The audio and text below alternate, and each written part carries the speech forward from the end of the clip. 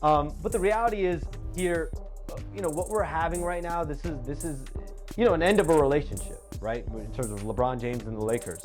Now, whether that comes at the end of this season, if LeBron James decides as a free agent to sign somewhere else, or if he decides to retire, or he decides to come back for one more year and, decide that he wants to retire as a Laker. Like, the end is near with this relationship, either however you want to slice it. The Lakers are officially done with LeBron James. After 7 years of circus acts, tantrums, and manufactured drama, the relationship is finally ending.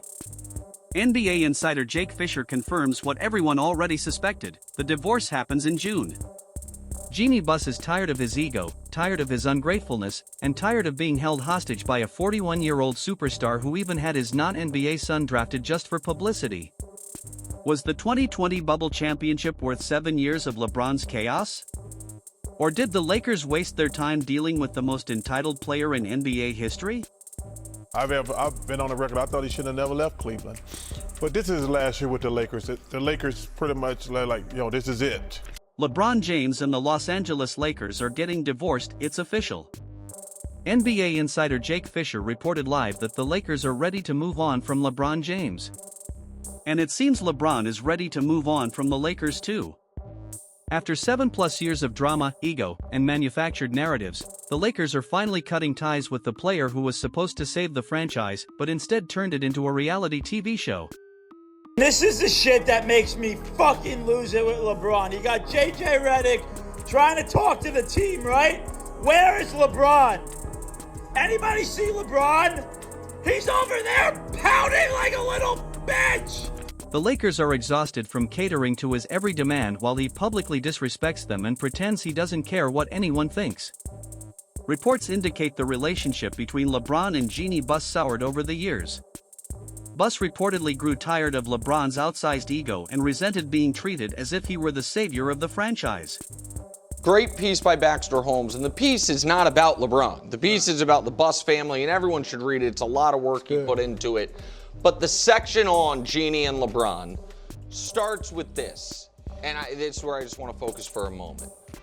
She didn't like that James was considered a savior for a floundering franchise when he arrived in 2018, and that it was he who chose the Lakers rather than the team's leadership receiving praise for landing him. And that's putting it mildly.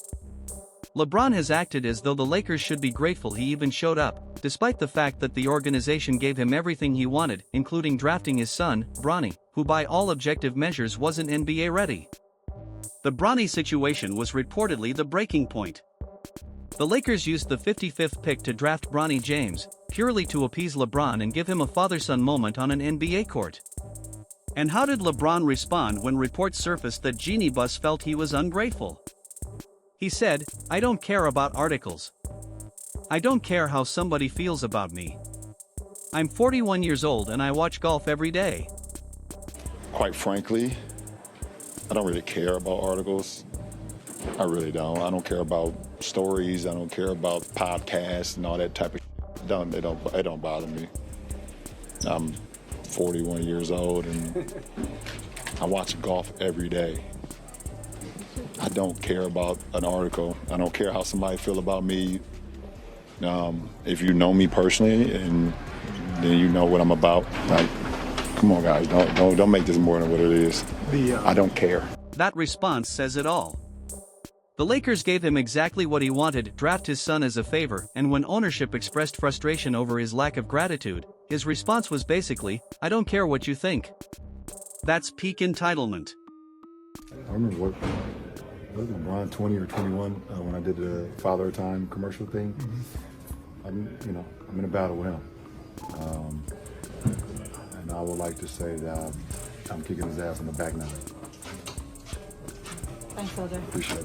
Appreciate it. This is a player who believes the organization exists to serve him, not the other way around. And apparently, that was the final straw for the Lakers. At some point, you got to turn the team over to Luka and Austin. And that's the only way you can start, because you can't be paying him $50 million a year to be the third best player on a team. NBA insider Jake Fisher reports that the Lakers are already planning life after LeBron James. They'll be building around Luka Doncic and Austin Reeves once they move on from LeBron this season. This is huge, it shows LeBron isn't part of their future. They aren't negotiating an extension or trying to convince him to stay. The Lakers are moving on, and that plan is already in motion. LeBron signed with the Lakers in 2018 after leaving Cleveland for the second time. Over 7+ years in Los Angeles, he averaged 26.3 points, 8 assists, and 7.8 rebounds per game. Solid numbers, but empty calories. He's been padding stats on mediocre teams, with the Lakers either missing the playoffs or getting bounced early. The one championship? The 2020 Bubble Championship, a title that many fans barely count because of the circumstances. Lakers fans need to ask themselves, was one pandemic-era championship worth 7 years of drama, dysfunction, and LeBron's ego? The Lakers became a laughingstock. Known as the team that couldn't say no to LeBron. The team that let him run the organization. The team that drafted his unqualified son just to keep him happy. Was it worth one bubble ring? The relationship between LeBron and the Lakers reflects what's happening across the NBA. Fans aren't just haters anymore, they're exhausted. They're tired of the flopping, the whining, the passive-aggressive comments, and the manufactured narratives. They're tired of being told he's the GOAT when anyone with eyes can see he's not. LeBron should have retired after 2016. That should have been the perfect exit after bringing Cleveland a championship. But he couldn't quit. He lives for attention, praise, and power. He kept playing, kept demanding control, kept forcing franchises to cater to him, and in the process, exposed who he really is. This is what happens when you don't know when to quit, when you abuse your power, and when you prioritize fame over craft. Now, at 41, he's playing on a mediocre Lakers team, stat padding in meaningless games, while the world watches his decline in real time. The Bronny draft was the final straw. Drafting a player who wasn't NBA ready just for a publicity stunt disrespected the game and the players who earned their spots. Since then, LeBron's public perception has been declining. Fans see through the media hype. Comment sections and social media are turning on him, and the propaganda machine ESPN, coverage, etc., is losing its power. So where does LeBron go next? The only logical destination is Cleveland, and even that would be purely for sentiment and ticket sales, not basketball. Any other contending team would not want a 41-year-old who doesn't defend, requires the offense to run through him, and brings media circus drama. If he joins Cleveland, it could prove one thing: LeBron actively hurts teams. Chemistry will deteriorate, defense will suffer, and the locker room will turn toxic. His reputation as a team builder will crumble. LeBron's lack of defense, passive-aggressive leadership, and refusal to take accountability are all destructive. He divides locker rooms, favors some players, and isolates others. That's toxic leadership, and it spreads. The Lakers' cutting ties mirrors what's happening across the NBA. Front offices are realizing he's more trouble than he's worth. LeBron's response to Genie Bus sums up his mindset: I don't care about articles. I don't care how somebody feels about me. I'm 41 years old and I watch golf every day. Disconnected from reality. Entitlement at its peak. He even runs podcasts designed to control the narrative about his career, while pretending he doesn't care what people think. The contradiction is obvious, but he expects everyone to ignore it. The mainstream media tries, but fans aren't buying it anymore. They see the flopping, stat padding, lack of defense, manufactured drama, and the decline of a 40-year-old who should have retired years ago. Lakers fans should celebrate. After 7 years of dysfunction, one questionable bubble championship, drafting Bronny as a stunt, and dealing with LeBron's ego, they are finally free. They can build a real team around Luka and Austin Reeves, establish actual team culture, and be a normal franchise again, not the LeBron James show featuring the Los Angeles Lakers. The divorce happens in June.